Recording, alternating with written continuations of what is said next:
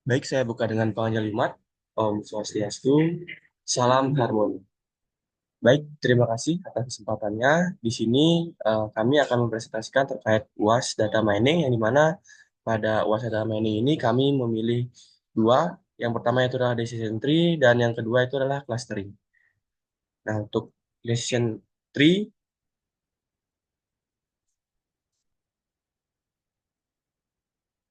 nah sebelum itu perkenalkan, saya Imade Payoga dengan NIM 2215091008. Selanjutnya teman saya yaitu adalah Imade Satriana Wibawa dengan NIM 2215091102. Di mana nanti untuk decision tree akan dijelaskan oleh saya sendiri dan clustering akan dijelaskan oleh Satria. Nah, pertama saya akan masuk ke decision tree terlebih dahulu. Nah, pendahuluan.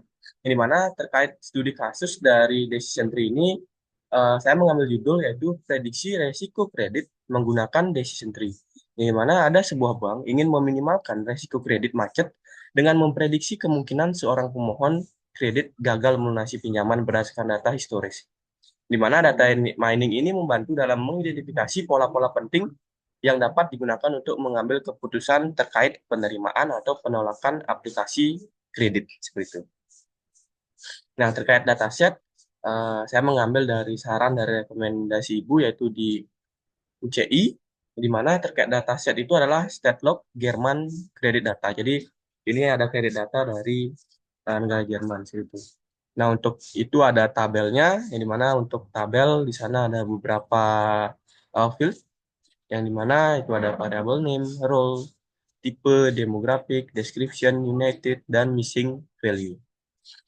Nah, untuk importnya saya langsung menggunakan Python mengimport datasetnya pada Google Colab.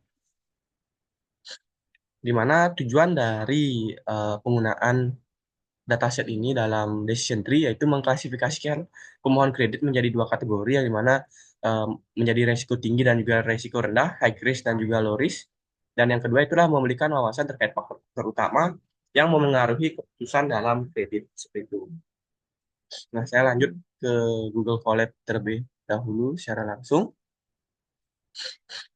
Oke, di sini sudah terlihat mungkin code pertama ini langsung saya menggunakan Pipinsal Killing Pro dan juga beberapa hal untuk mengakses dataset, yang dimana ini langsung saya dapat dari website Uji.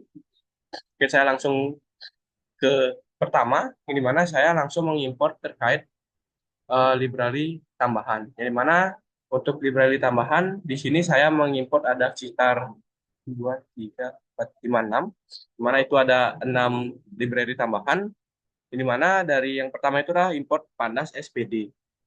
Di mana mungkin untuk hal ini sudah lumrah kita lakukan, di mana untuk memanipulasi data.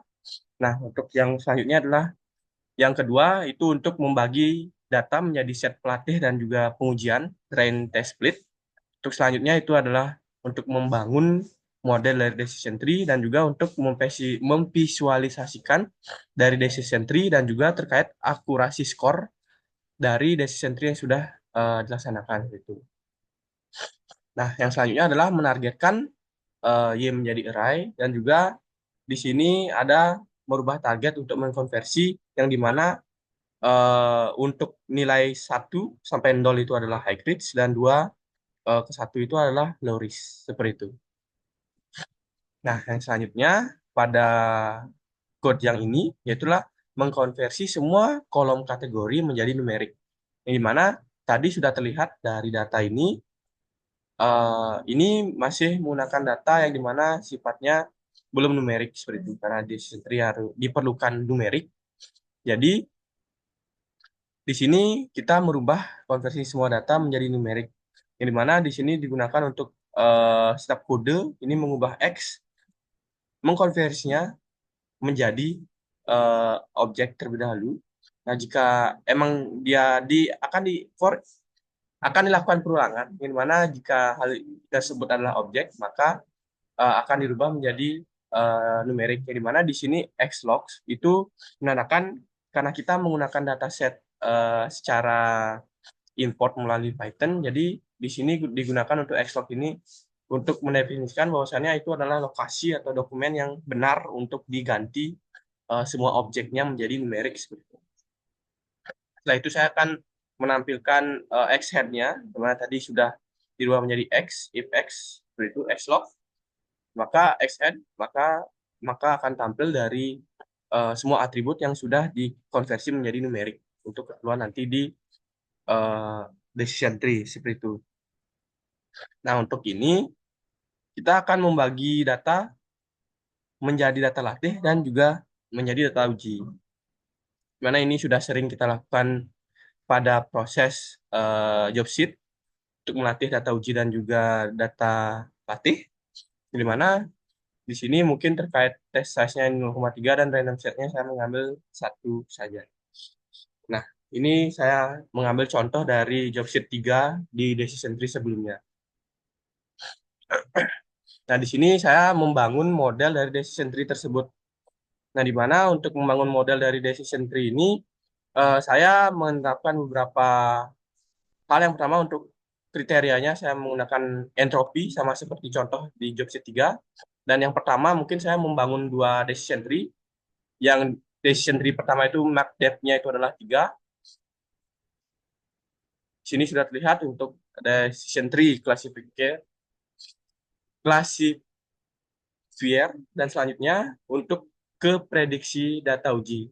Nah, di sini saya juga tadi sudah kan membuat atau mengimport untuk prediksi data uji, di mana untuk prediksi data uji menggunakan MACDEP 3 ini, dia akurasinya adalah 0,753.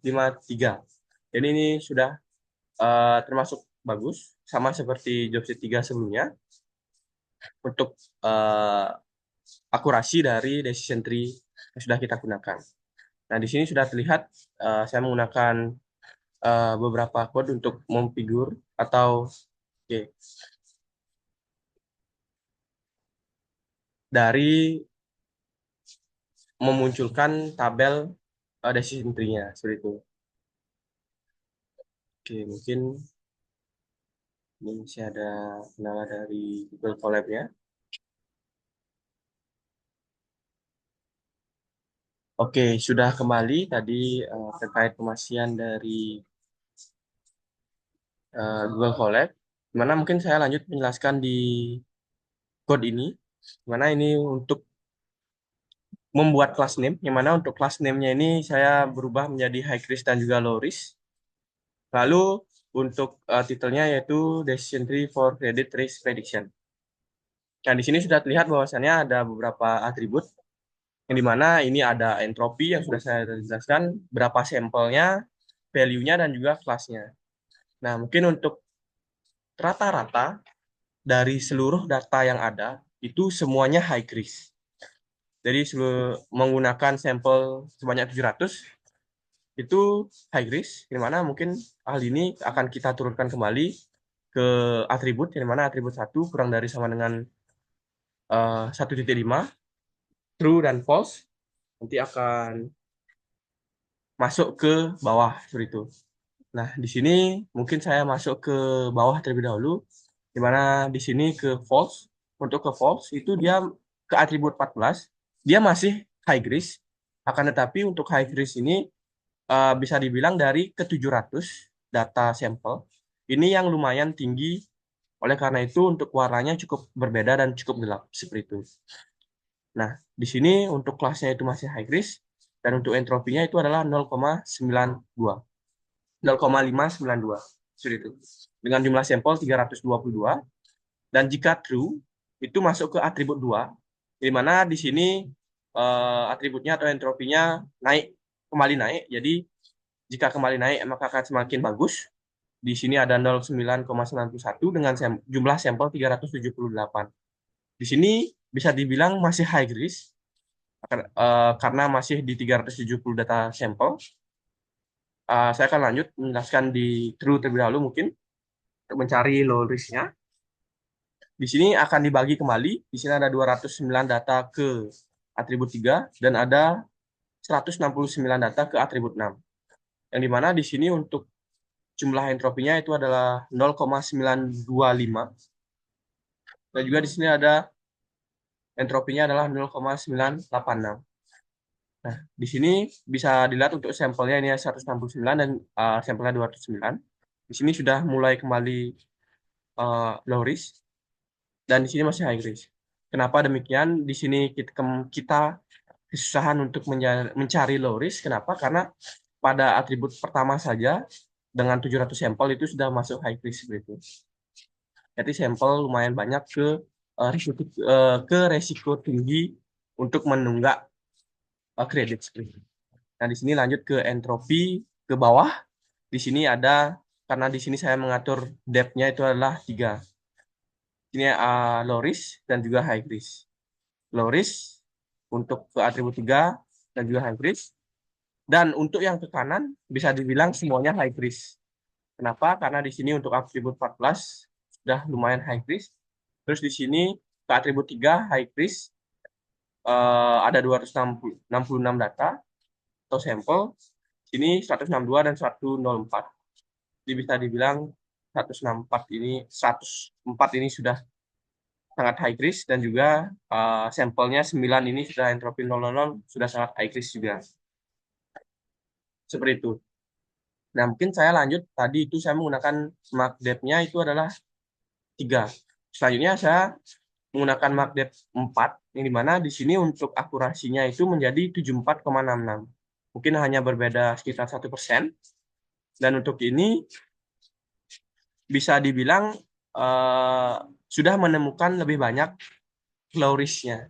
Karena tadi bisa dibilang jika kita masih menggunakan mark depth 3, itu semuanya masih high risk. Jadi bagaimana cara bank bisa menerima kredit seperti itu. Jadi mungkin kita harus bisa decision tree-nya, mark depth-nya lebih dalam lagi untuk bisa mengklasifikasikan yang mana atribut-atribut ataupun kondisi yang memungkinkan bahwasannya dari customer itu tidak akan menunggak kredit seperti itu.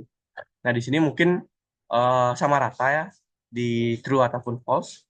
Mungkin di true tadi di sini dari turunan low risk 2 itu turunannya semuanya menjadi low risk. Di sini di sampelnya ada 9 dan sini ada 12. Untuk atribut di 3 itu masih high resiko. Dan untuk yang di sini turun langsung ke low risk semua. Dan di sini yang high risk ada kemungkinan satu masuk itu ada 11 sampel untuk low resiko. Dan di sini karena tadi semuanya high risk, mungkin saya turunkan kembali untuk entropi tadi yang 0,0 ini sudah tidak bisa diturunkan kembali karena sudah pasti high risk dari 9 sampel data itu. Jadi di sini untuk atribut 4 yang diturunkan dari 47 di mana itu merupakan high risk diklasifikasikan kembali bahwasannya ada 8 sampel yang bisa menjadi low risk. Sama seperti yang selanjutnya di sebelahnya, ini 162 diturunkan kembali ada 160 yang high risk dan ada 2 yang low risk. Begitu juga yang di sebelahnya 104, di sini ada 1 yang menjadi low risk dan 103 menjadi high risk. Nah, mungkin untuk uh, mark depth-nya saya hanya menjelaskan mencapai 4 saja, tetapi jika kita panjangkan kembali untuk kedalamannya, mungkin kita akan lebih banyak bisa menemukan yang resiko rendah bagi bank untuk mendapatkan kredit seperti itu.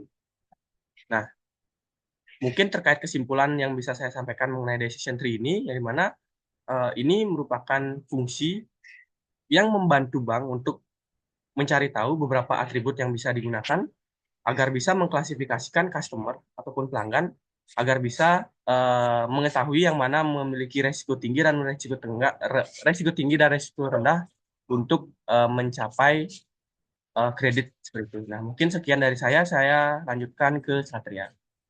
Om Swastiastu.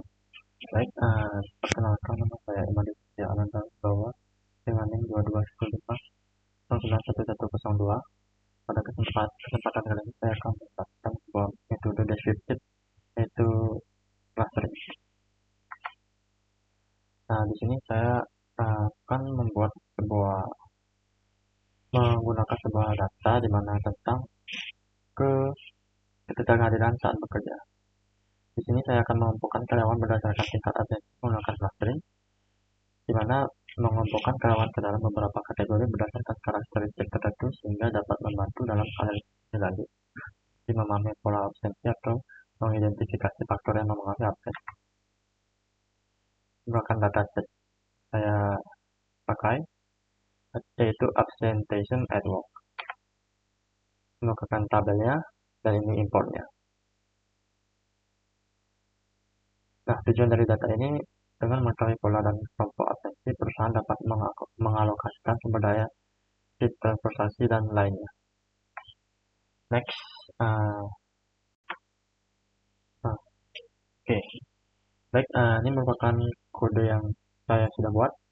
Pertama, saya akan mengimport library pandas dan matplotlib pipelot spt. Kemudian di sini saya memasukkan menyimpan data ke dalam konten, yaitu pdrit csv, yaitu di drf mhs, dan ini ada perintah set semikolon yang berfungsi untuk menentukan karakter pemisah antara kolom dan file csv. Kemudian saya mengecek sebuah ringkasan pada informasi data frame, yaitu dfmhs. Jika di sini akan meringkas sebuah jumlah baris, jumlah kolom, tipe data dari masing-masing kolom, mengecek missing value, dan mengecek kapasitas memori yang digunakan. Kemudian sini saya menampilkan sebuah scatter plot, yaitu hubungan antara jarak dengan waktu ketidakhadiran. Dapatkan sebuah diagram seperti ini. Kemudian di sini saya akan melakukan kode blok expand dfmhs, yang dimana saya mengambil nilai kolom distance from the residence to work dan absenteeism time in course. Fungsi kode ini menyimpan dalam variabel explain yang kemudian akan digunakan dalam data latih. Selanjutnya kode ini saya mengimport library sklearn. Nah, kode ini berfungsi untuk menormalisasikan data yang digunakan untuk membawa data ke dalam skala yang sama, di mana normalisasi data dilakukan agar tiap nilai fitur ini berada dalam rentang 0 hingga 1. Selanjutnya saya mempersiapkan sebuah model clustering, di mana saya menggunakan nilai clustering 2. Selanjutnya di sini fungsi kode ini untuk melatih nilai clustering 2 dan memprediksi cluster untuk setiap sampel dalam explain. Nah, selanjutnya di sini saya membuat sebuah kolom yang bernama cluster. Di sini sudah ada cluster, yaitu cluster 1 dan 0, karena saya menggunakan nilai cluster Kamin 2. Selanjutnya saya mencari sebuah koordinat pusat. Nah, fungsi kode ini mencari koordinat pusat atau centroid dari setiap cluster yang telah dibentuk oleh model Kamin cluster. Nah, fungsi kode ini yaitu menampilkan clustering menggunakan Kamis dengan matlogic. Dapatkan diagram seperti ini, di mana bintang warna biru yaitu centroid 0 dan bintang warna orange yaitu centroid 1. Nah, kemudian di sini terdapat kode. Saya mengimport sebuah library bernama Sklearn Matrix, dan silhouette score ini menghitung nilai yang ada di cluster 2, di mana kode blok ini mengukur kualitas hasil clustering yang dihasilkan oleh Arduino Kamis dengan menggunakan silhouette score, di mana Kamis cluster 2 menghasilkan 0,665 sekian. Nah, selanjutnya kode blok ini yaitu menghitung nilai inersia pada berbagai jumlah cluster K dalam Arduino Kamin yang berguna untuk menentukan jumlah cluster optimal. Kemudian ini kode blok berfungsi untuk membuat sebuah elbow, di mana metode elbow ini membantu untuk menemukan jumlah cluster yang optimal. Di sini cluster yang optimal menurut saya adalah 3. Nah, Setelah itu saya mencoba menggunakan uh, sebuah model clustering Kemis dengan cluster 3. Kemudian saya akan mengecek silhouette score-nya. Nah, didapatkan bahwa silhouette score-nya meningkat sedikit, yaitu 0,674 sekian. Kemudian saya akan melatih um, model clusteringnya dan masukkannya ke dalam Y cluster. Kemudian saya menambahkan tabel clusternya lagi. Nah, di sini kolom clusternya bertambah, barisnya bertambah. Yang tadi 0 sama 1 saja, ini sudah bertambah 0, 1, 2.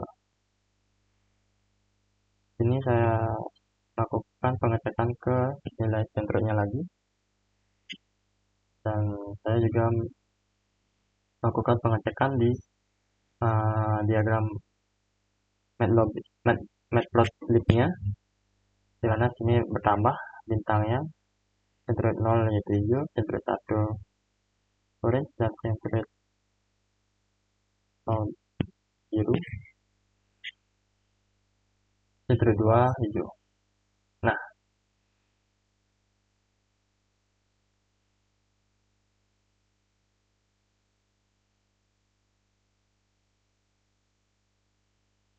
ini merupakan hasil dari tabel yang sudah dilakukan clustering, di mana saya sudah mengaktifkan ini video sebelumnya, di mana centroid 0 yaitu karyawan dengan absensi tinggi, centroid 1 dengan karyawan dengan absensi sedang, dan centroid 2 karyawan dengan komitmen tinggi.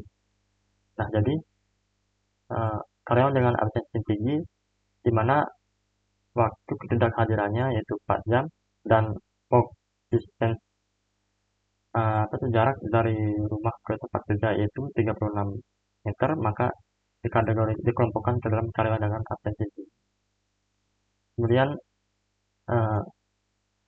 jarak dari tempat tinggal ke tempat kerja 13 km, kemudian ketidakhadiran dalam jam itu 0, maka dikategorikan atau dikelompokkan ke dalam karyawan dengan komitmen tinggi. Dan untuk jarak dari tempat kerja dari rumah ke tempat kerja yaitu 51 meter, dan waktu ketidakhadiran dalam jamnya itu 2, maka dikategorikan ke dalam karyawan dengan absensi sedang. Nah, jadi dapat disimpulkan bahwa data ini berfungsi untuk mengelompokkan apa yang menjadi pertimbangan karyawan ketika dia telat datang ke kantor atau tidak hadiran di dalam jam. Nah, sekian dari presentasi saya kembalikan ke moderator. Oke, baik. Terima kasih Satria atas penjelasannya. Mungkin sekian presentasi mengenai proyek UAS dari kami. Saya tutup dengan para Santi. Om Santi Santi Santi Om.